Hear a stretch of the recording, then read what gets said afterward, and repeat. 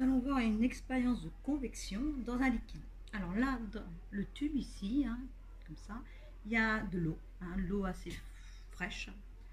Et je vais introduire par la petite ouverture ici, du permanganate de potassium sous forme solide. C'est des petites paillettes violacées, voilà.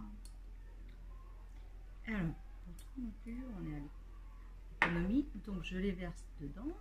Donc ces petites paillettes vont se dissoudre dans l'eau et je vais chauffer cette partie. Vous voyez, pour l'instant ça descend comme ça. Maintenant je vais chauffer. Donc je vais chauffer. Le liquide à l'intérieur va être plus chaud. Un liquide plus chaud a tendance à se dilater, c'est-à-dire qu'il va prendre un plus grand volume.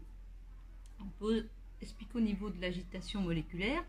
Quand vous chauffez comme ceci, les molécules sont plus agitées et vont avoir tendance à partir comme ceci vers le haut.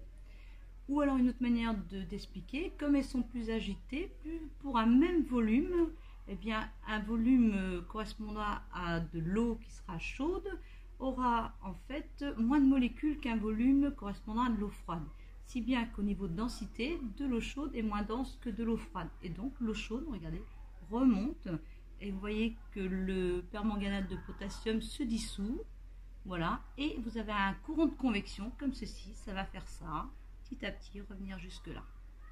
Voilà. Donc là, vous voyez la convection. Le liquide plus chaud remonte dans le tube. Donc on va filmer un petit peu de plus près. Donc de plus près, voilà ce qui se passe. Le point, ça remonte. Alors on le voit très bien.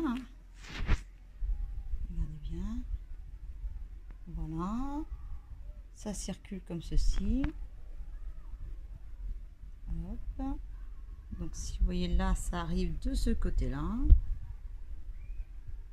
On voit très bien la convection. Voilà, ça a presque fait le tour.